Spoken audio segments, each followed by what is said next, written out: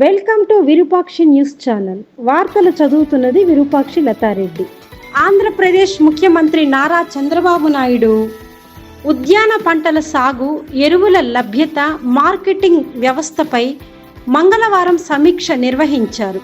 CM camp కార్యాలయంలో జరిగిన ఈ సమావేశంలో వ్యవసాయ శాఖ మంత్రి అచ్చెన్నాయుడు, సిఎస్ విజయానంద్, ఇతర ఉన్నతాధికారులు పాల్గొన్నారు. ఈ సందర్భంగా సీఎం చంద్రబాబు పలు కీలక ఆదేశాలు జారీ చేశారు.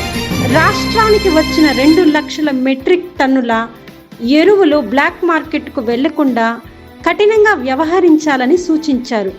ఏ పంటకు ఎంత సాగు జరుగుతుందో, ఎంత వినియోగం జరుగుతుందో అనే లెక్కలు తీసుకొని సరఫరా, లభ్యత, వినియోగంపై నిరంతర పర్యవేక్షణ చేయాలని ఆదేశించారు.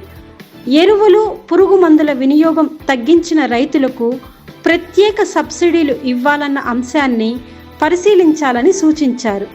ఉద్యాన పంటలకు ఆయా పంటల సాగు ఖర్చుల ఆధారంగా మద్దతు ధర నిర్ణయించాలని ఈ సందర్భంగా సీఎం చంద్రబాబు నాయుడు చెప్పారు.